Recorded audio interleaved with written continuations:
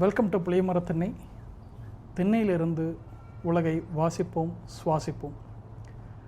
இன்றைக்கி நம்ம கூட இணைஞ்சிருக்கிறது நம்முடைய நண்பர் செந்தில் முருகன் அவர்கள். இவரை பற்றி சொல்லணுன்னா நிறைய சொல்லலாம்.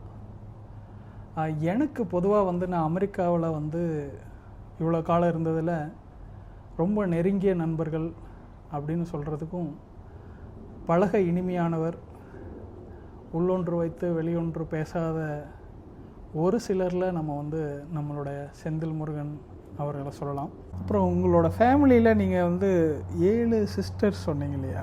நிறைய டைம் நீங்கள் சொல்லியிருக்கீங்க, அவங்க சிஸ்டர்ஸ் பார்த்துட்டு இருந்தீங்கன்னா செந்தில் முருகன் உங்களை நினைக்காத நாள் இல்லை, நீங்கள் எல்லோரும் நல்லா இருக்கணும்னு எப்போவுமே நினைக்கிறாரு. அவர் தன்னால் முடிஞ்சது என்னென்ன செய்யணும், எங்கிட்ட சொல்கிறதில்ல என்ன செய்கிறேன்னெலாம், பட் அவரோட அந்த எண்ண ஓட்டங்கள் எங்களால் ஜட்ஜ் பண்ண முடியுது. அவங்க அம்மா என்ன நினச்சாங்களோ அதை அவர் செய்யறதுக்கு முயற்சி செஞ்சுருப்பாருன்னு நான் நினைக்கிறேன். ஏன்னா அவர் சொல்ல மாட்டார் என்ன செஞ்சோம் அப்படின்னு. அந்த வகையில் நீங்கள் உங்கள் சிஸ்டர்ஸை பற்றி சொல்லுங்கள். எனக்கு 6 அக்கா, ஒரு அக்கா இறந்து போயிட்டாங்க. மணிமேலை அக்கா பிறந்து ஒரு 2 வயசில். 6 அக்கா இருக்காங்க, தங்கச்சி இருக்காங்க. ஸோ ஒவ்வொரு அக்காவுக்கும் கிட்டத்தட்ட ஒரு பையனும் 2 பொண்ணும் இருக்காங்க. எல்லாம் காலேஜ் முடிச்சுட்டு ஓரளவு செட்டில் ஆகி, இப்போதைக்கு என் தங்கச்சிக்கு ஒரு பொண்ணு இருக்கிறா, என் பொண்ணு 2 பொண்ணு லெஃப்ட் ஓவர், அப்புறம் என் பையன் கொஞ்சம் மேரேஜ் பண்ண வேண்டிய ஏஜில். அது ஒரு உண்மையிலுமே அது ஒரு எனக்கு 2 சிஸ்டர், ஒரு அக்கா ஒரு தங்கை. நீங்கள் சொல்கிற மாதிரி எனக்கு அவ்வளோ பெருசாக ஒன்றும் சொல்ல தெரில. ஆனால் ஏன்னா நான் கொஞ்ச நாள் தான் 10th முடிச்சதுக்கப்புறம் நான் வீட்டிலே இல்லை, வெளியில் தான். டிப்ளமோ படிக்கும்போது நான் வெளியே போயிட்டேன். அப்புறம் என் தங்கை எனக்கு அப்புறம் 10 வருஷம் கழித்து பிறந்தோம். சின்ன பிள்ளைய நான் எடுத்து கொஞ்சம் விளையாடிட்டு இருந்த குழந்தை அது.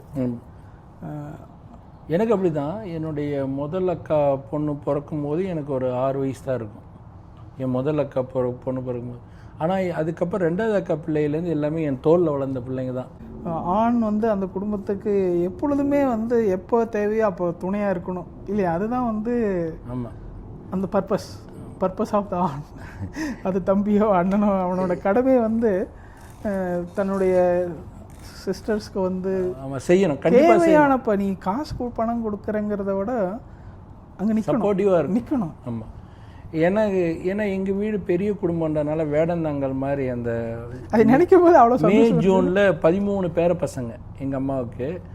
எங்கள் அக்காங்களும் வந்துடுவாங்க. சம்டைம் எங்கள் அக்காவோட மதரின்லா ஃபாதரின்லாம் வருவாங்க. பார்த்திங்கன்னா ஒரு வீட்டில் 60-70 பேர் இருப்போம் எங்கள் வீட்டில். நான் ஹிட்லர் எங்கள் அக்கா பசங்களுக்கு. ஏன்னா எனக்கு படிக்கணும். ஈவன் அதனால் எங்கள் அக்கா பசங்க எனக்கு கண்டாலும் ஒளிவானுங்க. நான் படிக்கிறதுல ப்ரைமரி ஃபோக்கஸ்டு இருக்கணுன்ட்டு நான் வந்தாங்கன்னா படின்னு. அதனால் என்னை கண்டாலே இன்னும் கொஞ்சம் அவங்களுக்கு பயம் உண்டு. இல்லை, அவங்களுக்குலாம் 30 வயசு ஆயிடுச்சு, பட் என்னை கண்டா மாமா வந்தால் படிக்க சொல்லுவான் அப்படின்றது ஒரு அது நம்ம பசங்கள்கிட்டே நம்ம அதை பேசுகிறோம். ஜெயமோகனோட ரீசெண்ட் வீடியோவில் இப்போ நீங்கள் இதை சொன்னதுனால நான் சொல்கிறேன். ஒரு பெற்றோராக குழந்தைகிட்ட என்ன பேசுகிறீங்க அப்படின்னு அவர் கேள்வி கேட்குறாரு. என்ன பேசுகிறேன், படிச்சியா, சாப்பிட்டியா, நைட்டில் டைமுக்கு தூங்குனியா? நானும் அதை திரும்பி பார்க்குறேன். இதே தான் நான் செய்கிறேன். வேறு எது நான் என்ன நடக்கணும் தப்பாக ரைட்டான்னு தெரியல. ஆனால் நான் என்ன நினைக்கிறேன், இதுதான் ஒரு பேரண்ட்டோட கடமைன்னு நினச்சி வாழ்ந்துட்டுருக்கிறேன். அவர் சொல்கிறாரு, இல்லை அதை விட்டு வெளியே வாங்க. நீங்கள் சொன்னீங்களே அப்படியா, அவங்களுக்குன்னு பேசுகிறதுக்கு டாபிக்ஸ் நிறைய இருக்குது, வெளியே வாங்க, அதை பற்றி பேசுங்க அப்படிங்கிற. சரி, நீங்கள் சொல்லுங்கள், சொல்லிட்டு இருந்தீங்க. இல்லை, நீங்கள் சொன்ன பாயிண்ட்டு கரெக்ட் ஜெயமோகன். அந்த வீடியோ நான் நேற்று தான் உங்கள்கிட்ட பேசுனதுக்கப்புறம் நான் அதை பார்த்தேன். அது எங்கள் அம்மா எனக்கு பண்ணதுனாலே என்னமோ நிறைய பேச முடிஞ்சுது. நான் என் பிள்ளைங்கள்ட்ட உங்களை மாதிரி தான் கேட்குறேன், என்னடா படிக்கிற, எதை எம்கேட்டுக்கு ரெடி ஆகிட்டியா அப்படின்ட்டு. ஆனால் என் மனைவிக்கும் என் பொண்ணுக்குமான கான்வர்சேஷன் நான் பார்க்கும்போது ஹேர் ஸ்டைலை பற்றி பேசிக்கிறாங்க, ட்ரெஸ் கோடை பற்றி பேசிக்கிறாங்க. இது வேற இல்லையா, ட்ரெஸ் கோடெலாம் பேசிக்கிறாங்க.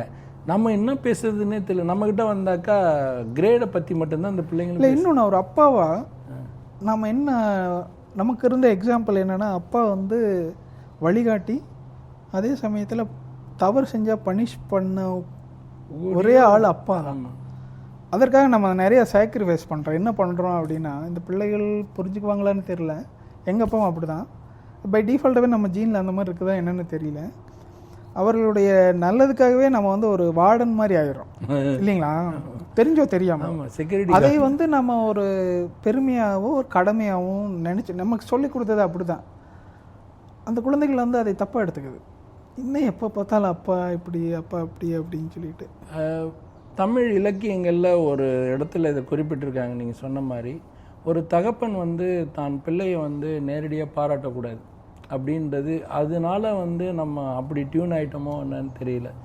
இங்கே வந்து பார்த்திங்கன்னா உங்கள் பையனுக்கு நேரம் செலவு பண்ண இல்லைன்னா நம்மளே போய் பேஸ்கெட் பால் ஆடுறோம், நம்மளே கிரிக்கெட் ஆடுறோம். ஸோ நம்ம அவனுடைய தோழனாக தான் இங்கே மாறுறதுக்கு முயற்சி செய்கிறோம். அது வந்து முயற்சி பண்ணுறோம். மேபி நம்ம லேட்டாக நம்ம பார்க்குறவங்களுக்கு மேபி யூஸ்ஃபுல்லாக இருக்குன்னு நினைக்கிறேன். நிறைய பேர் நம்மளோட அட்வான்ஸ்டாகவும் இருப்பாங்க, நம்ம சொல்லி அவங்களுக்கு தெரியணுங்கிறது. இப்போ நீங்களே எடுத்துங்க, சயின்ஸ் ஒலிம்பியாடு உங்கள் பிள்ளைக்காக என்ட்ரு ஆகுறீங்க, நீங்கள் அதை லேர்ன் பண்ணி தான் அந்த இடத்துல வரீங்க. இது வந்து கண்டிப்பாக ஒரு விதை நீங்கள் விதைக்கிறீங்க, அவனுக்கு அது கண்டிப்பாக புரியும். அது ஓ அப்பா நம்ம அப்பா இறங்கி அவன் வயசில் அது கண்டிப்பாக புரிஞ்சுக்குவான்னு தெரியுது, அக்னாலேஜ் பண்ணுறது. பட் அந்த ரிலேஷன்ஷிப் அப்படி தான் இருக்குன்னு நினைக்கிறேன். நமக்கும் நம்ம அப்பாவுக்கு இருந்த ரிலேஷன்ஷிப் எப்படியோ அதில் ஒரு 50% அப்படி தான் இருக்குன்னு நினைக்கிறேன் இல்லைங்களா? ஆமாம். அது காரணம் என்னென்னா நம்ம எடுத்துக்கிற அந்த பொசிஷன் வார்டன்.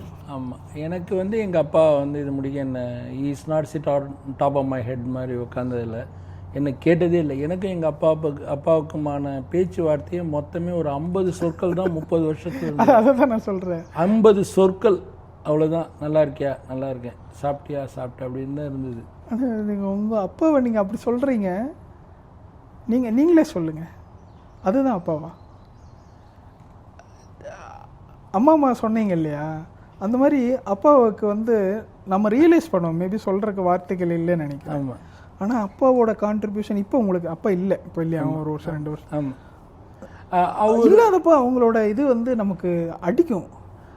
ஓப்பனாக அவங்கள்ட்ட சொல்லணுன்னா, அப்பாவை பற்றி நான் எங்கள் அப்பா உயிரோடு இருக்கும்போது எங்கள் அம்மா என்னை பாதித்த அளவுக்கு எங்கள் அப்பா பாதிக்க மாட்டார்னு நினச்சது உண்மை.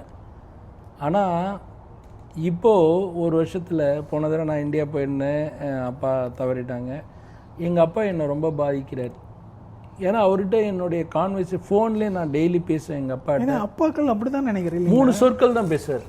நல்லா இருக்கேடா, சாப்பிட்டியா, நான் சாப்பிட்டேன், take care of your health அப்படின்னு. அவங்க வேற இன்னொரு அவருக்கு அம்மாட்ட விட்டுட்டான் பையனை, அவ எல்லாத்தையும் பார்த்துக்குவான். ஆமாம், நான் மற்ற வேலையை பார்க்குறேன், ஊருக்காக உழைக்கிறேன் அப்படின்னு. அதனால் நான் என்ன நினைக்கிறேன்னா, நான் ஒரு கட்டத்தில் நானாக போய் வெளியே போய் எங்கள் அப்பாட்ட பேசுறதுன்னு நினச்சா கூட நானே நிறைய பேசுகிற ஆள்.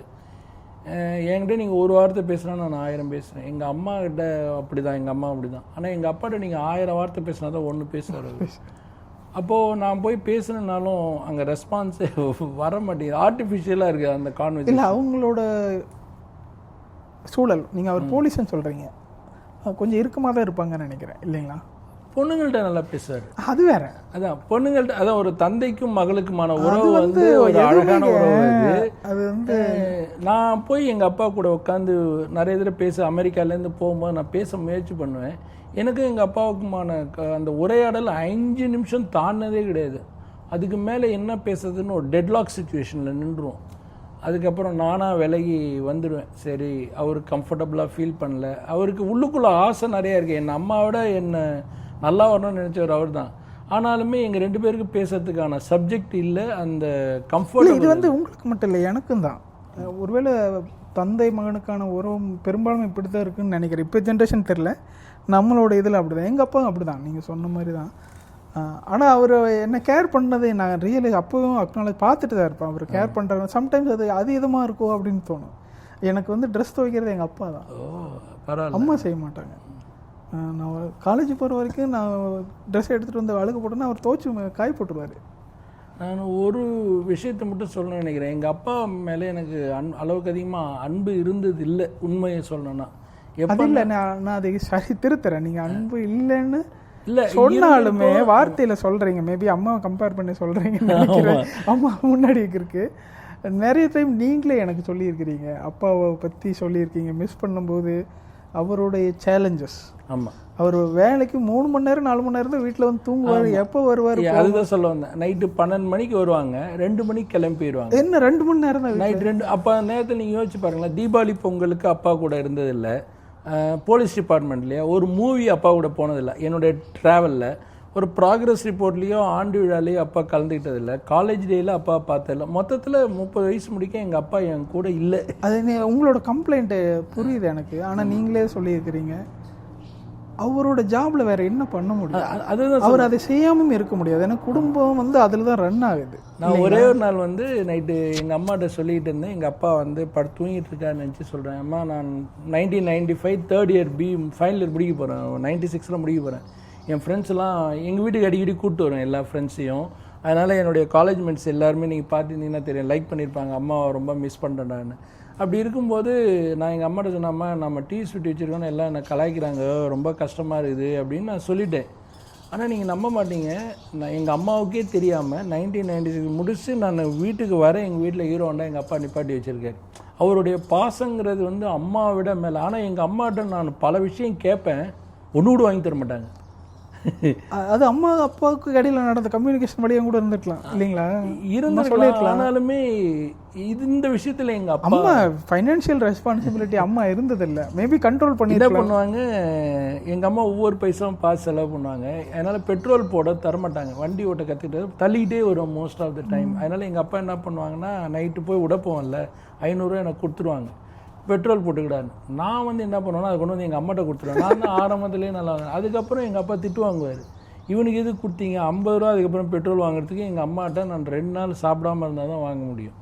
ஸோ எப்படின்னா ஒரு தந்தை வந்து தன்னுடைய மகனுடைய வழி தெரிஞ்சு தான் கொடுக்குறாரு. நம்ம வந்து அம்மா பிள்ளையாக வளர்ந்துட்டதுனால அவங்களுக்கு தெரியாமல் செய்யக்கூடாதுன்னு அவங்கள்ட்ட கொண்டு போய் கொடுக்குறோம். அப்பாவை காட்டி கொடுக்குற மாதிரி ஆகிப்போச்சு.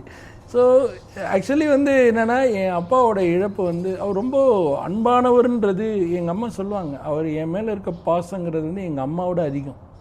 ஆனால் அவர் வெளிப்படுத்த தெரியாமல் இருந்துட்டார்.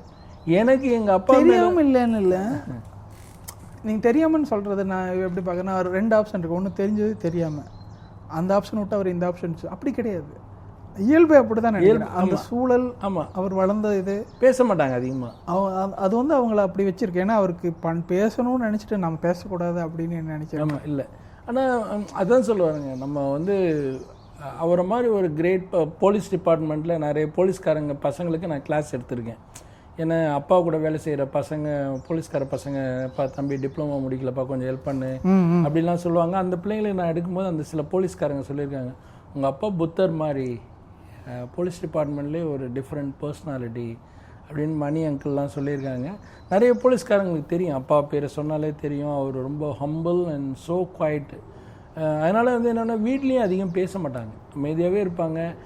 நானாக வந்து அம்மா இறந்ததுக்கப்புறம் 2-3 தடவை ஆர்டிஃபிஷியலாக நிறைய தடவை பேச முயற்சி பண்ணும்போது அது ஏன் நடக்கலைன்னா, அந்த பாண்டிங் சின்ன வயசுலேருந்தே பேசாமல் இருந்ததுனால தூரத்துலேருந்து பார்க்கக்கூடிய ஒரு அழகியல் தான் அது. இது வந்து எப்படின்னா, தூரத்துலேருந்து வெளிநாட்டில் இருக்க ஒரு பையன் வந்து தன் அப்பா மேலே செலுத்துகிற காதல் மாதிரி தான் அப்பா புள்ள மேலே செலுத்து. அது வெளியே எட்டையிலேருந்து ரசிக்கலாமே தவிர கிட்ட போனால் அது வந்து அவ்வளோ அழகியெல்லாம் இல்லைன்னு வர.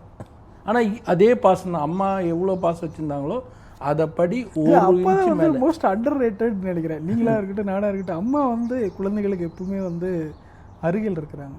அப்போ வந்து ஒரு மெழுகுவர்த்தி மாதிரி, என்னதான் உருகி போனாலும் கடைசியில் ஒரு அவ்வளோதான் முடிஞ்சது அப்படிங்கிற அவங்க நான் சொல்கிறேன். Mother want to always. இப்போ என் ஒய்ஃப் எடுத்துங்க, பேர் அடிக்கடி என்கிட்ட மாற்றிட்டு சொல்ல, என் 2 பிள்ளைங்களும் என்கிட்ட தான் க்ளோஸ். இல்லை அது நம்ம விரும்புகிறோம்ல, ஒரு ஆணாக வந்து ஒரு அப்பாவை வந்து பிள்ளைகள் அம்மாட்ட க்ளோஸாக இருக்கிறத நம்ம விரும்புகிறோம்ல. ஆனால் வயசான காலத்தில் அதே பிரச்சனையாக மாறும். இல்லை அது இன்னமும் அதை எதிர்காலத்தில் இப்போ நீங்கள் கம்ப்ளைண்ட் பண்ணுறீங்களே, உங்கள் அப்பா கூட அதை விரும்பியிருப்பார். என்னன்னா அம்மா தான் இந்த பிள்ளைகளை பார்க்கறதுக்கு சரியான ஆள். ஏன்னா எனக்கு 1008 பிரச்சனை இருக்குது, என்னோட டைவர்ஷன்லாம் அங்கே இருக்குது. அப்போ இந்த பிள்ளைகளை என்னால் சரியாக பார்க்க முடியாதுன்னு எனக்கு தெரியுது. அதனால் அந்த பொறுப்பை நான் அம்மாட்ட விட்டுறேன். அதற்காக நீ என்ன வேணால் திட்டினாலும் பரவாயில்ல, ஆனால் எனக்கு வேறு வழி இல்லை. ஆனாலுமே ஒரு ஃபாதரோட வாழ்க்கைங்கிறது வந்து ஆஃப்டர் ரிட்டையர்மெண்ட், மனைவி இறந்த பிறகு அவர் தனிமையாகிடுவார். அப்போ வந்து நம்மளால் இயல்பாக போய் பேசவும் முடியல. அப்போ நான் நினைக்கிறேன், ஒரு தந்தையும் வந்து ஒரு அம்மா ரோல் எடுக்கணும். அதாவது அம்மாவுக்கு ஈக்குவலாக அந்த பிள்ளைங்களோட நேரத்தை செலவு பண்ணணும். நம்ம யாருக்காக உழைச்சோமோ யாரும் கூட வரப்போகிறது இல்லை. அதாவது இந்த சென்ஸ் ஆஃபீஸ் ஒர்க் இதெல்லாம் நமக்கு கொஞ்ச நாள் முடிஞ்சதுக்கு வாழ்க்கை முடியும் போது அதை ரியலைஸ் பண்ணுவோம். அதுதான் சொல்ல வரோம். அது வந்து புதுசாக பார்க்குறவங்களுக்கு ஒரு தந்தையும் வந்து ஒரு தாய்க்கு ஈக்குவலாக சாப்பாடு ஊட்டுறது, பிள்ளைங்க கூட என்ன பிடிக்குமோ அந்த கேம் அவங்க கூட விளையாடுறது. இப்போ இந்த ஜென்ரேஷன் அதெல்லாம் பண்ணுறாங்க. நம்ம இல்லை, நம்ம மேபி ஒரு ஜென்சி கிட்ஸ் பண்ணலாம், 2000 கிட்ஸ். இப்போ பாண்ட் வாழ்க்கை சூழல் நமக்கு என்ன கற்றுக் கொடுக்குது, நம்ம யாரை இப்போ இன்ஸ்பிரேஷனாக எடுத்துக்கிறோம். இன்னொன்று நம்ம எதில் அதிக என் குழந்தைகளோட வந்து முதல்ல ஒரு டைம் சொல்லி 2 டைம் கேட்கலன்னு எனக்கு கோவம் வந்துடும். இப்போ அது 3 டைமாக என்னோட பொறுமை அதிகமாக இருக்குது. 4வது டைம் கோவம் வந்துடும். இந்த எனக்கு இருக்கிற இவ்வளோ சின்ன பொறுமையில் எப்படி நான் அவங்க கூட பழக முடியும்? அதுக்கு என்ன அர்த்தம்னா நான் மாறணும் அப்படின்னு அர்த்தம். அது என்னென்னா நம்ம இது வந்து எப்படின்னா நீங்கள் நினைக்கிறது அவங்க செய்யணும்னு எதிர்பார்க்குறீங்க. அவங்க அது செய்கிறாங்கன்னு தெரியல, நமக்கு அவங்க அது செய்கிறாங்கன்னு தெரியல. குழந்தைகள் நம்ம என்ன நினைக்கிறோன்னா, நமக்கு நம்ம என்ன சொல்கிறோன்னா நல்லதுக்கு சொல்கிறோம் ஃபஸ்ட்டு, அது அப்படின்னு ஒரு பிளாங்கெட்டாக ஒரு இதை வச்சுக்கிறோம். ரீசெண்டாக ஒரு இந்த ஐபிஎஸ் அதிகாரி ஒருத்தர் பேசுனதை நான் கேட்டேன். நீங்கள் பேரண்ட்ஸ் வீட்டில் என்ன செய்கிறீங்களோ அதை தான் அந்த பிள்ளைங்க டபுளாக செய்வாங்க. கரெக்டு. நீங்கள் வந்து புக்கு படிச்சிங்கன்னா அவங்க புக்கு படிப்பாங்க. நீங்கள் வந்து நான் கம்ப்யூட்டர் படித்தேன், அவங்க கம்ப்யூட்டர் படிக்க மாட்டேங்கிறாங்க. அவங்களும் படிக்கலன்னு உங்களுக்கு எப்படி தெரியும்? இப்போ கம்ப்யூட்டரை எடுக்க மாட்டேங்கிறாங்களா சப்ஜெக்டா? ஒருவேளை பின்னாடி வாழ்க்கை வந்து ஒரு வட்டம் அப்படிங்கிற மாதிரி சொல்லுமா இருக்குது. இல்லை, அவங்க what they see they can implement. That's what. இன்னொன்று கவனிச்சேன், நான் ரொம்ப சின்ன பையனில் கிரிக்கெட் விளையாடுவேன். சரிங்களா, பயங்கர கிரிக்கெட் விளையாடுவேன். என் பையனுக்கு இங்கே கிரிக்கெட்டில் சொல்லிக் கொடுக்கல. தனியாக உட்காந்து எப்படி கிரிக்கெட்னா என்னென்னு கூட தெரியாது. ஆனால் ஒரு சும்மா எங்கள் கம்யூனிட்டிக்குள்ளே ஒரு நாள் எல்லா பசங்களெலாம் கூப்பிட்டுவாங்க கிரிக்கெட் விளையாடணும்.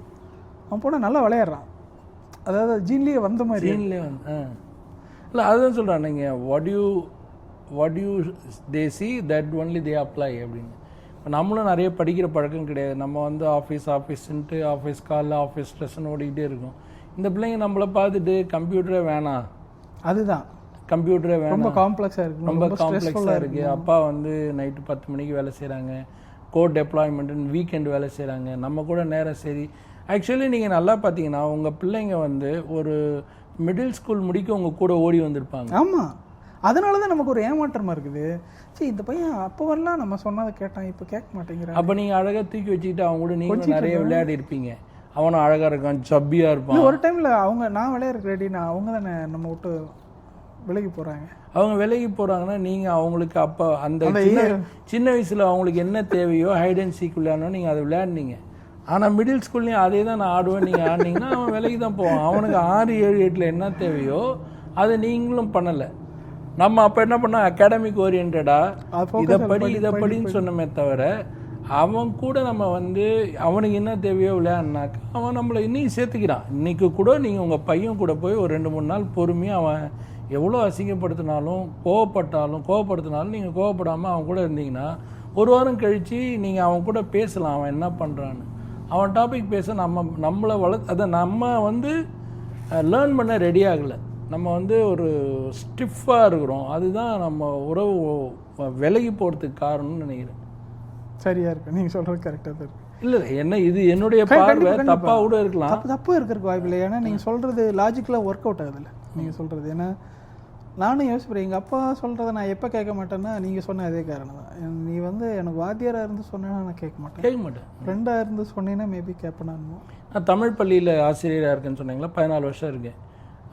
என் கூட வர நிலை 8 படிக்கிற பிள்ளைங்கள்ட்ட நான் என்றைக்குமே என்ன ஒரு ஆசிரியராகவே சொல்ல மாட்டேன். நீங்கள் 7 பிள்ளைங்கன்னா நான் 8வது பிள்ளை, நான் வளர்ந்த பிள்ளைன்னு கூட வச்சுக்கிங்க. ஆனால் என்னுடைய வகுப்பு வந்து எப்படி இருக்குன்னா, உங்கள் கூட உங்களுக்கு என்ன பிடிச்சதோ அதை நம்ம தமிழில் சொல்லித்தரோம். ஒரு டிபேட்டாக இருக்கட்டும், நேஷ்னல் டிபேட்டு, ஒரு ஈரான் வாராக இருக்கட்டும், அமெரிக்கா வாரம், அது ஒரு டிபேட் பண்ணுவோம். அப்போது நான் தமிழை வந்து நான் போய் இந்த புணர்ச்சி விதி அப்படிலாம் சொல்லி கொடுத்தோம்னா அவங்க விருப்பலை. அப்போ ஃபஸ்ட்டு என்னோடய எண்ணம் அவங்க தமிழ் பேச வைக்கணும் தான் என்னோடய எண்ணம். அப்போ அவங்க கூட நான் உட்காரணும், அவங்களுக்கு என்ன பிடிக்குதுன்னு பார்க்கணும், அவங்களுக்கு பிடிச்ச பாடகிகள் யார், பாடகர் யார், அவங்க என்ன மாதிரி மியூசிக்கை விரும்பி கேட்குறாங்க, அவங்க என்ன மாதிரி சப்ஜெக்டை அடிக்கடி பேசிக்கிறாங்கன்னு தெரிஞ்சுக்கிட்டு அதை நான் தமிழில் கொண்டு வர முயற்சி பண்ணும்போது அந்த பிள்ளைங்களுக்கு பிடிச்ச ஆசிரியராக நான் மாறுறேன். இல்லை நான் ஸ்டிஃபாக வந்து என் சிலபஸில் ATA சிலபஸில் இதுதான் இருக்குது அப்படின்னு நான் நடத்த ஆரம்பித்தேன்னா அவங்க they're not ready, they hate Tamil அப்படின்ற மாதிரி. அப்போ நான் கற்றுக்கிட்டது இந்த கடந்த 8-9 வருஷத்தில் நான் என் பிள்ளைங்களுக்கு தகுந்த மாதிரி டீச்சிங்கை நான் மாற்றணும். அப்போ அது என்ன மாற்றணும்னா அதே தமிழை வந்து நான் இன்னும் பழந்தமிழ் கொண்டு வரணும். அது எப்படின்னா நாசுக்கா வாழைப்பழத்தில் ஊசி ஏற்றுற மாதிரி பொறுமையாக நடுவில் நல்ல அவ்வை இப்படி சொன்னாங்க, இதை தான் பாரதி சொன்னார், இதை தான் மாணிக்கவாசகர் சொன்னார் அப்படின்னு நம்ம கொண்டு போகும்போது அவங்களால ரியலைஸ் பண்ண முடியுது. ஆனால் நான் அப்ஃப்ரண்ட்டாக தமிழில் கணிதம் இருக்கிறது, தமிழில் அறிவியல் இருக்குதுன்னா அவங்க கேட்க ரெடியாக இல்லை. சரிங்க சார், இதில் இப்போ நம்ம வாழ்க்கை நம்மளை பற்றி ஒரு பெரிய இது பார்த்தோம்.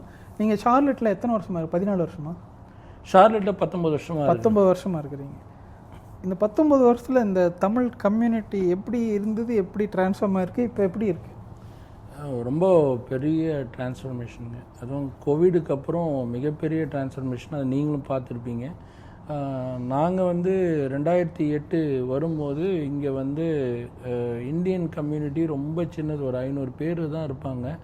அதுலேயும் நார்த் இந்தியன் கம்யூனிட்டி ரொம்ப பெருசு, சவுத் இந்தியன் கம்யூனிட்டி ரொம்ப கம்மி. அதுலேயும் சவுத் இந்தியன்லேயே தெலுங்கு கம்யூனிட்டி இருப்பாங்க.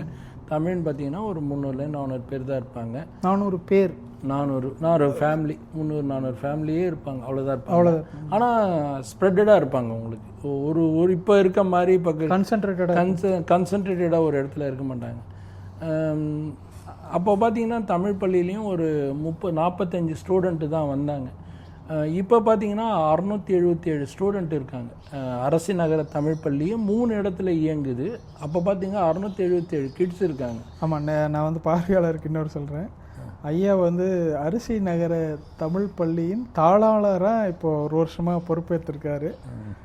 அது கண்டிப்பாக அவர் வந்து அதற்கு பர்ஃபெக்டான ஆள். அந்த பள்ளியை வந்து அடுத்த நிலைக்கு இவர் எவ்வளோ வருஷம், 19 வருஷமாகவே அந்த ஸ்கூலில் இருந்திருப்பீங்க நினைக்கிறேன். இங்கேருந்து எல்லாம் இல்லையா? 14 வருஷமாக அந்த ஸ்கூலுக்காக நீங்கள் வாலண்டியராக கான்ட்ரிபியூட் பண்ணியிருக்கீங்க. வாழ்த்துக்கள். சொல்லுங்கள்.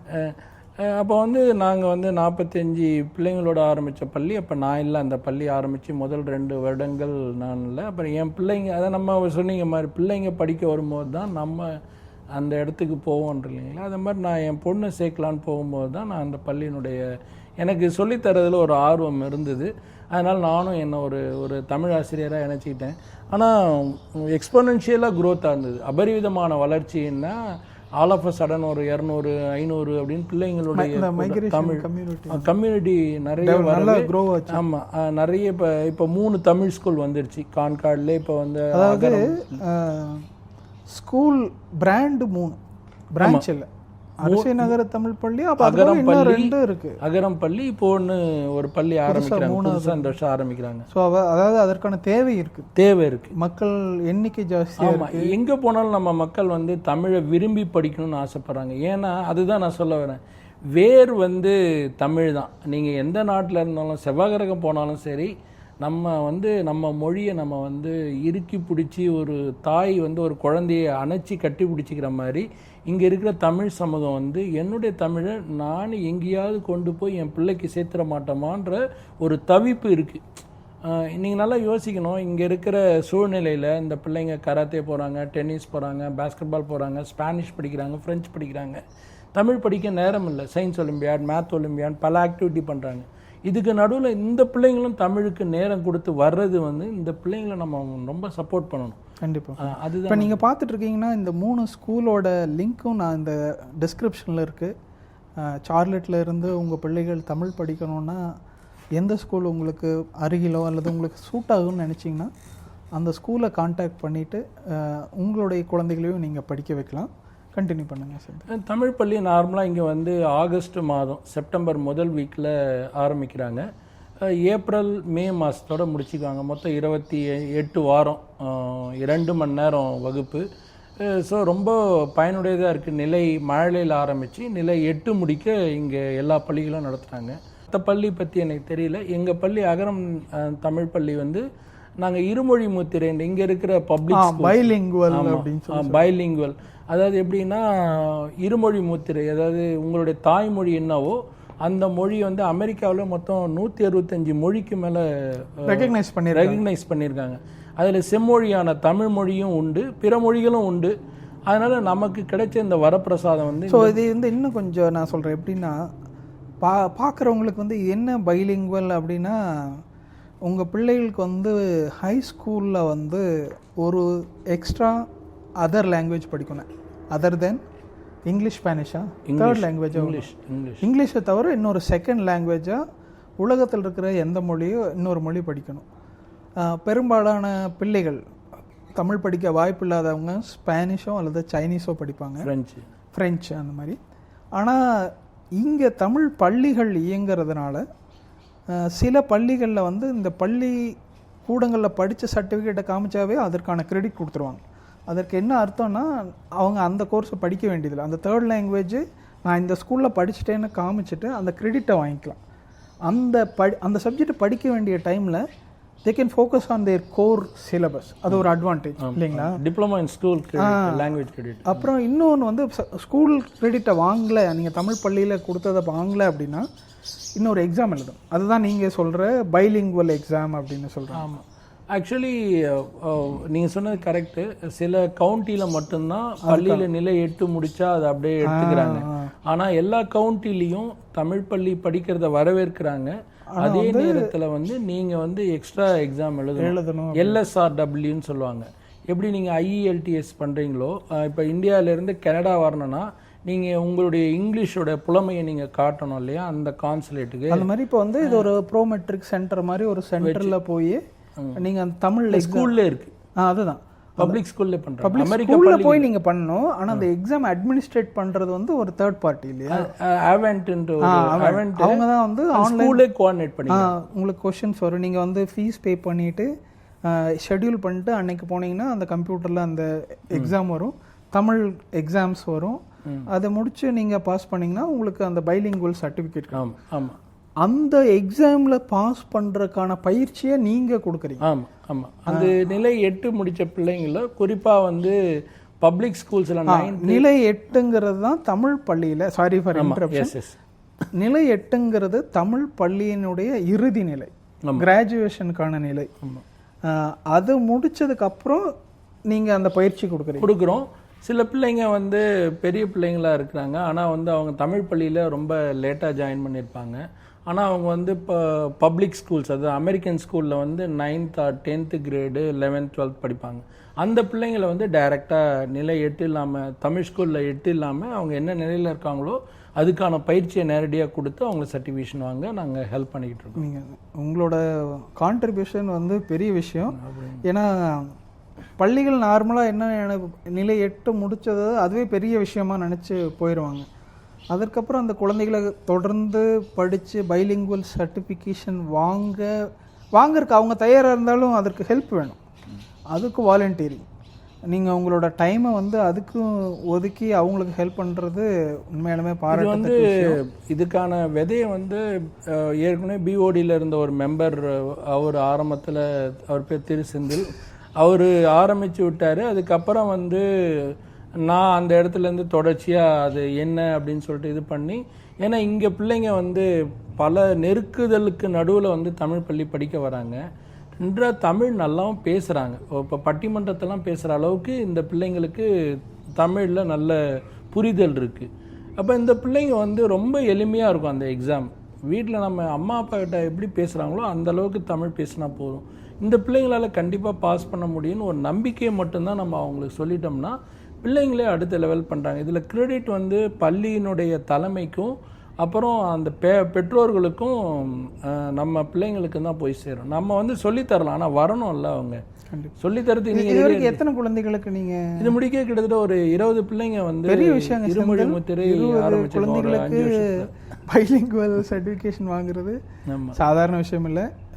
மீண்டும் பாராட்டுக்கள். ரொம்ப நன்றி தமிழ் பள்ளிக்கு, தமிழ் சொசைட்டிக்கு, நம்மளோட சார்லட் கம்யூனிட்டிக்கு உங்களோட ஹெல்ப் ரொம்பவே இன்றியமையாதது. நன்றி. சரி, இப்போ வந்து நீங்கள் வேறு ஏதாவது நான் மிஸ் பண்ணிட்டேன் அதை பேசணும் அப்படின்னு நினைக்கிறீங்களா? இல்லைங்க, நான் பெருசாக வந்து இந்த வாய்ப்பு கொடுத்ததுக்கு அதெல்லாம் நன்றி. ஏன்னு கேட்டிங்கன்னா, இது நாங்கள் 2 பேரும் நண்பர்களாக நிறைய நேரத்தில் பேசிக்குவோம். ஒரு அடிக்கடி எங்களுக்குள்ள பரிமாற்றம் நடக்கும். அப்புறம் அவர்கிட்டேருந்து சில ஒப்பீனியன் நான் கேட்டு இப்போ இம்ப்ளிமெண்ட் பண்ண ட்ரை பண்ணுவேன். தொடர்ச்சியாக வந்து இளைய தலைமுறை வந்து கற்கணும். அப்படி கற்கணும்னா இப்போ இளைய தலைமுறைங்கிறது எங்களையும் சேர்த்து தான். இப்போ ஏஐலாம் வந்துருச்சு. இப்போ நம்ம யாருமே வந்து எல்லாருமே அவுடேட்டட். எல்லா துறையில் இருக்கவங்களும் பார்த்தீங்கன்னா அவங்கள புதுப்பிச்சுக்கிட்டே இருந்தாங்க, நாளுக்கு நாள் புதுசாக கற்றுக்கிட்டே இருக்குன்னா வழியே இப்போ நம்ம எல்லாருமே மாணவர்கள் தான். இப்போ எல்லாருமே தொடர்ச்சி ஒன்று வருது புதுசாக கற்றுக்கலன்ற ஒரு டூலுக்கு நடுவில் நம்மலாம் ஒரு மாணவர்கள். நம்மளை வந்து இன்னொன்று வந்து நம்ம பிள்ளைங்களோட நம்ம பேசணும், நெருக்கமாகணும்னு நம்ம ஏதாவது படிக்கணும். அப்படி படிக்க ஆரம்பித்தாதான் நம்ம கொஞ்சம் கொஞ்சமாக நம்ம படித்து வரோம். அதனால் வந்து தமிழ் சொல்கிற ஒன்று தான், கற்கை நன்றி கற்கை நன்றி பிச்சை புகினும் கற்கை நன்றி அப்படின்றது. கல்வி மட்டும்தான் நம்மளை அடுத்த இடத்துக்கு கொண்டு போகும். அந்த கல்வி வந்து நம்ம காம்படிஷன் இல்லாமல் நமக்கு விருப்பத்தோடு படிப்போம். அது எந்த கல்வி வேணால் இருக்கலாம். அது உங்களுக்கு புரியணும், அது உங்களுக்கு ஒரு விருப்பத்தை கொடுத்ததுன்னா அதை நீங்கள் தொடர்ச்சியாக படிச்சுக்கிட்டே இருந்தீங்கன்னா உங்களுக்கு அதுக்கான பலன் கிடைக்கும்ன்றது மட்டும் நான் நம்புகிறேன். அப்போ நம்ம பேசிகிட்டு இருக்கும்போதே நான் நம்மளோட பார்வையாளர்களுக்கு இன்னும் சில தகவல்களை, குறிப்பாக நமக்கு தெரிஞ்ச தகவல்களை கொடுக்கணும். அதன் வழியாக அவர்களுக்கு பயன் இருந்ததுன்னா அதை பயன்பெற்றிருக்கலாம் இல்லைங்களா? அந்த வகையில் பார்த்தோன்னா தமிழ் ஸ்கூல் இல்லாமல் தமிழ் கம்யூனிட்டிஸ் எங்கே இருக்குன்னா, இப்போ சமய வழிபாடுகள் அப்படின்னு சொல்கிறோம் நிறைய இருக்குது. டெம்பிள்ஸ்லாம் நீங்கள் போகலாம். குறிப்பாக சைவ சமயத்துக்கு தனியாக ஒரு சபை அப்படின்னு இருக்குது ஷார்லட்டில். அந்த சைவ சித்தாந்த சபையில் நம்முடைய 12 திருமுறைகள், பின்னாடி வந்து சிவஞான போதம் அப்படிங்கிற அந்த சைவ ஞான மரபில் வந்த நூல்கள், இதை பற்றியெல்லாம் ஆழமான டிஸ்கஷன்ஸ் எல்லாம் நடக்குது, டீச்சிங்ஸ் எல்லாம் நடக்குது. நீங்கள் அந்த குழுவில் நீங்கள் தான் எனக்கு அறிமுகப்படுத்தினீங்க செந்தில். அது உண்மையாலுமே உங்களுக்கு ரொம்ப நன்றி. நான் இப்போ அந்த குழுவில் வந்து அதிகமாக பார்ட்டிசிபேட் பண்ணல ஒரு 2-3 வருஷமாக எனக்கு. ஆனால் இப்போது அந்த இன்வால்மெண்ட் அதிகமாகி அந்த பாடணும் அப்படிங்க. ஏன்னா எங்கள் வீட்டில் வந்து அப்பா வந்து ரொம்ப இன்வால்வ்டு, அக்கா ரொம்ப இன்வால்வ்டு. எனக்கு அப்போல்லாம் இன்ட்ரெஸ்ட் இல்லை, அதை பற்றி அதிகமாக ஃபோக்கஸ் இல்லை. ஏன்னா நம்மளோட வாழ்க்கை ஓட்டம் எங்கேயோ இழுத்துட்டு வந்துடுச்சு. இப்போ திரும்பி பார்க்கும்போது அது இழுத்துட்டு மறுபடியும் நம்ம அங்கே போகிறோம். அந்த நம்ம எங்கே விட்டோமோ அந்த அங்கே போகும்போது இது வழி தொடருது. அதாவது எங்கள் அப்பா எங்கே விட்டாரோ அங்கேருந்து நான் தொடறேன், அல்லது நான் எங்கே விட்டனோ அங்கேருந்து தொடறேன். அப்படி நீங்கள் விட்ட இடத்த கிரிக்கெட்டில் உங்கள் பையன் தொடர மாதிரி பையன் தொடர மாதிரி உங்கள் அப்பா விட்ட இடத்த நீங்கள் அதை தொடறீங்க. இப்போ புதுசாக நம்ம ஷார்லட் கம்யூனிட்டிக்கு இந்த சைவ சித்தாந்த சபையை பற்றி ஒரு அறிமுகம், விருப்பம் இருக்கிறவங்களுக்கு அவங்களோட எங்கேயோ ஒரு வகையில் அவங்க அம்மாவோ அப்பாவோ அல்லது இந்தியாவிலும் கூட ப்ராக்டிஸ் பண்ணிகிட்டு இருந்திருக்கலாம். அவங்களுக்கு இந்த சொசைட்டி, இந்த குரூப் என்ன மாதிரி ஹெல்ப் பண்ணுது அப்படிங்கிறத கொஞ்சம் ஷேர் பண்ணுங்க. இங்கே வந்து ஷார்லட்டில் சைவ சித்தாந்தம் குரூப் ஒன்று இருக்குங்க. அதில் வந்து நான் ஒரு 14 வருஷமாக அந்த தளத்தில் இயங்கிக்கிட்டு இருக்கேன். அதில் வந்து திரு அருள் ஐயான்னு இருக்காங்க. அவருடைய அப்பா தணிகை வேலன் அவர் மறைந்து கிட்டத்தட்ட 2 வருஷம் ஆகுது. நாங்கள் வந்து பிரதோஷத்துக்கு கோயிலில் போய் பாடுவோம். அப்போ வந்து ஒருத்தர் யூனிக்காக ஒரு வாய்ஸு ரொம்ப மேகராக குறிஞ்சியில் ஒரு பாடல் பாடிக்கிட்டு இருந்தார். அது பாடும்போது எதையோ பண்ணுது உங்களை ஏதோ ஒன்று அட்ராக்ட் பண்ணோம்ல. அந்த மேகராக குறிஞ்சியில் ஞானசம்பந்தருடைய பதிகம் அவர் பாடும்போது ஏதோ உருக்குச்சு. சரி நம்ம அவர்கிட்ட போய் கேட்போம், நம்மளும் கற்றுக்கலாம். நம்மளால் அப்படி பாட முடியாது, பட் இந்த தமிழில் ஏதோ இருக்குதுன்னு சொல்லிட்டு தான் நாங்கள் அதை போய் கற்றுக்க ஆரம்பித்தோம். கிட்டத்தட்ட 13 வருஷங்கள் ஓடி போச்சு. இன்னும் எனக்கு அது பசுமையாக நினைவு இருக்குது. இன்னும் ஒரு நாள் ஆன மாதிரி தான் இருக்குது.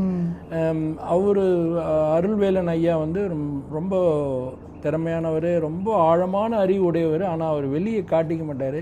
அவர்கிட்டேருந்து நாங்கள் போராடி, ஏன்னா ரொம்ப ஹம்பிள் பர்சனு, நிறைய நீங்கள் என்ன கேட்டாலும் சொல்லி தருவார். அவர்கிட்ட நாங்கள் ஒரு 13 வருஷமாக கற்றுக்கிட்டு இருக்கோம். அவர் இப்போ அதனுடைய தொடர்ச்சி என்ன பண்ணுறாரு, இந்தியாவிலேருந்து ஓதுவா மூர்த்திகளை வர வச்சு. ஓதுவா மூர்த்திகள்ங்கிறவங்க யார்? சிவனை பற்றி அந்த 6 கால பூஜையில் சிவனுக்கு முன்னாடி நின்று இந்த 27 ஞானாசிரியர்கள், அதாவது 12 திருமுறையை வந்து 27 ஞானாசிரியர் பண்ணுவாங்க. திருஞான சம்பந்தர், வாகீசர், சுந்தரர் அப்படின்னு சொல்லிட்டு 27 ஞானாசிரியர்கள். அதுக்கு ஒரு தனி பாடலே இருக்குது. அந்த ஞானாசிரியர்களுடைய பாடல்களை வந்து சிவனுக்கு முன்னாடி பாடக்கூடிய பண்ணோடு எப்படி இங்கே ராகம் சொல்கிறோமோ, அதை மாயா மாலகோலா ராகம் சொல்கிறோமோ, தமிழில் வந்து பண்ணுன்றது ரொம்ப பழமையான ஒன்று. சிலப்பதிகாரத்திலேருந்தே 1000க்கு மேற்பட்ட பண்கள் இருந்திருக்கு. ஆனால் ஞானசம்பந்தர் வரும்போது 7ஆம் நூற்றாண்டில் ஆமாம் 1000 பண்ணு இருந்த தமிழர்களிட 24 பண்கள் தான் அப்போ இருந்தது. அதாவது காலப்போக்கில் ப்ராக்டிஸ் பண்ணாமல் அல்லது டாக்குமெண்ட் பண்ணாமையும் நம்ம தொலைச்சிட்டோம். இப்போ குறிஞ்சிப்பண், முல்லைப்பண், மருதப்பண், பாலைப்பண்ற மாதிரி நமக்கு 24 பண்ணு தான் கிடைச்சது. அந்த 24 பண்ணிலும் பாடினவர் தான் மாணிக்கவாசகர். இப்போ வந்து அந்த ஓதுவார்கள் வந்து அந்த அந்த ராகத்தில் பதிகங்களை பாடும்போது அதனுடைய வீரியம் வந்து 100% ஆகுது. இல்லைன்னா அதை நீங்கள் சாதாரணமாக போய் கேட்கும்போது உங்களுக்கு அதனுடைய எஃபெக்ட் வந்து உடனே போகிறதில்ல. Meaning you have to repeat. இந்த பண்ணினோட பாடும்போது அப்படியே உங்களோட மூளைக்கு உள்ளே உங்கள் மனசுக்குள்ளே நேரடியாக போகுது. அந்த ஞானம் அறிவுங்கிறது வந்து நம்ம ஓதுவார்களுக்கு வந்து பயிற்சியின் வழியாக கிடைச்சிருக்கும். அவங்க அதை பாடுறாங்க கடவுள் முன்னாடி. அப்போ உங்களுக்கு அந்த அதான் நான் சொன்னேன், அந்த மேகராக குறிஞ்சின்ற ஒரு பண்ணில் அந்த மேகராக குறிஞ்சியில் வந்து பாடும்போது மழையே பெய்யும் அப்படின்ற மாதிரி அது உருக்கமான பாடல். அது ஞான சம்பந்தருடைய பாடலை ஐயா பாடும்போது, அருள்வேலன் ஐயா வந்து பிரதோஷ காலத்தில் பாடும்போது அதில் ஒரு ஈர்ப்பு வந்து தமிழ்லேயே உங்களுக்கு கொஞ்சம் தமிழே ஒரு அழகு, அதுலேயும் ஒரு இசையோட பண்ணோடு கூடிய தமிழை நீங்கள் இசையோட கூடிய அழகு கேட்கும்போது நம்ம தமிழ் மொழியோட உண்மையான அழகே அப்போ இன்னும் நல்லா இருக்கும். அதை மேக்னிஃபை பண்ண மாதிரி இருக்கும். அந்த அழகே வந்து ஒரு குழந்தையே அழகு, அந்த குழந்தை சிரித்து அதில் இருந்துன்னு எப்படி இருக்கும், அந்த மாதிரி குழவி பேசுகிறது எப்படி இருக்குமோ அது மாதிரி இருக்கும் அந்த மொழி. அப்படி தான் நாங்கள் அருளையா கிட்ட கற்றுக்கிட்டோம். ஆனால் நான் வந்து அந்த ஓதுவாமூர்த்திக்கிட்ட முறையாக பயிற்சி பெறல. அருளையா அவங்க பன்னீர் திருமுறை இருக்கிறனால இந்த 27 ஞான ஆசிரியர்களுடைய பாடல்களை பாடணும் அப்படின்ற ஒரு எண்ணத்தில் அதுக்கான தினமும் ப்ராக்டிஸ் பண்ணுறீங்க. ஆமாம், 2வது தடவை 3வது தடவை சில பதிகங்களை எல்லாம் திருமுறையில் ரிப்பீட் பண்ணுறீங்க. கூடவே வந்து திருப்புகழ் பாடுறீங்க. உங்கள் அளவுக்கு என்னால் பண்ண முடியாது. ஆனால் பண்ணால் செந்தில் மாதிரி நம்ம வந்து தினமும் இந்த பாடல்களை பாடணும் அப்படின்னு ஒரு மோட்டிவேஷன் வருதுங்க செந்தில். அது என்னன்னு தெரியல. அதனால தான் மேபி ஒரு சின்ன ஒரு அழகு மட்டும் தமிழில் ஒரு சின்ன இடத்துல சொல்கிறேன். இப்போ நீங்கள் வந்து திருப்புகழில் வந்து முருகனை பற்றி தான் அருணகிரிநாதர் நிறைய இடத்துல பாடுவார். அதில் வந்து ஒரு இடத்துல வந்து நிறைய இடத்துல பாடுவார். எப்போவுமே என்ன பண்ணுவார்னா எல்லா கடவுளையும் பாடிட்டு கடைசியாக இவருக்கு புள்ள முருகன் அப்படின்னு சொல்லுவார். இவருக்கு இவர் மாமா தான் திருமால், அவருடைய புள்ள தான் மைத்துனன் தான் இவர் சொல்லி முருகனை முடிப்பார். அதில் இந்த தமிழ் மொழியினுடைய அழகு சொல்லும்போது எந்தை வருக ரகுநாயக வருக மைந்த வருக மகனே இனி வருக என்கண் வருக எனதாருயிர் வருக அபிராமா அப்படின்னாரு.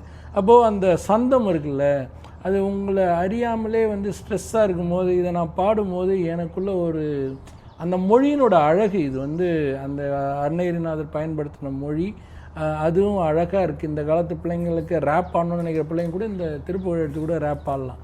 ஸோ அந்த மொழி தான் நம்மளை ஈர்க்குது. அந்த பாட்டு அந்த சந்தம் இல்லாமல் இது எந்தை வருக ரகு நாயக வருக அப்படின்னா அது ஒரு மாதிரி இருக்கும். இல்லை, இது வந்து தமிழ்நாட்டில் எனக்கு இதனோட எக்ஸ்போஷர் அதிகமாக இல்லை. எல்லாமே தெரியும், திருப்புகழ் இருக்குன்னு தெரியும், பன்னீர் திருமுறையில் இருக்குது. ஆனால் படிக்கணும்னு எனக்கு அந்த மோட்டிவேஷன் வந்ததில்லை. சமூகம் இப்போ அது வந்துருச்சு. கடவுள் நீங்கள் சொன்ன மாதிரி இறைவன் அருளால் நம்ம அந்த இடத்துக்கு வந்து நிற்கிறோம். நம்மளை கூட்டிகிட்டு போய் வழி நடத்துறதுக்கு ஆட்கள் இருக்கிறாங்க. அந்த வகையில் நம்ம கிஃப்டட் சொன்னோம். நீங்கள் சொன்ன மாதிரி அருள் ஐயா, இந்த கம்யூனிட்டி, இந்த குழு இயங்குறது எல்லாருமே இவங்கள்ட்ட நான் நிறைய கற்றுக்கிறேன். எல்லாருமே நம்மளோட நல்லா படித்தவங்க, நல்ல பொசிஷனில் இருக்கிறவங்க. ஆனால் அந்த இடத்துல வந்து அவங்க அந்த ஹியூமிலிட்டி, பணிவு, தன்மை, இதை வந்து நான் ஒருவேளை எனக்கு இதுதான் இயல்பான்னு தெரியல. இது பார்க்கும்போது இது நம்ம இருக்க வேண்டிய இடம் இது அப்படின்னு தோணுது. நீங்கள் இறைவனை நீங்கள் உணரும் போது நீங்கள் ஒன்றும் இல்லைன்றது உங்களுக்கு தெரிஞ்சிடும். நம்ம கரைச்சிட்றோம். நம்ம கரைச்சிட்டு நம்ம வந்து நீங்கள் தான் எனக்கு சொல்லியிருக்கீங்கன்னு நினைக்கிறேன், சிவனடியார் காலில் விழுந்துறீங்க. எனக்குலாம் கால் எங்கள் அம்மா சொல்லி கொடுத்தா யார் காலையும் விழுகக்கூடாதுன்னு சொல்லி கொடுத்துருக்கு. எங்கள் அம்மா அப்படி சொல்லி கொடுத்தது, வளர்த்ததே அப்படி தான், யார் காலையும் விழுகக்கூடாது. அது வந்து ஒரு என்ன சொல்கிறது, ஒரு தவறான இது அப்படிங்கிற மாதிரி சொல்லி வளர்த்துருக்காங்க. நான் இது வரைக்கும் அப்படி தான் இருந்தேன். ஆனால் இதெல்லாம் பார்க்கும்போது எனக்கு ஆரம்பத்தில் கொஞ்சம் ஏற்றுக்கொள்ள முடியாத மாதிரி இருந்துச்சு. ஆனால் அது ஃபீல் பண்ணும்போது நீங்கள் என்னை திருச்செந்தில் அப்படிங்கிறவனுக்கு பின்னாடி நீங்கள் சூட்டி வச்சிருக்கிற மகுடத்தை எல்லாம் அடித்து நொறுக்கிட்டு அடியாருக்கு அடியன், அந்த இன்பம் வந்து வேற, அந்த நிலை வந்து வேற. அடியாரை தான் சொல்லணும். செல்வம்னு ஒரு அடியார் இருந்தார். அவருடைய ஃபாதர் இன்ல அவருக்கு ஒரு 60-65 வயசு இருக்கும்.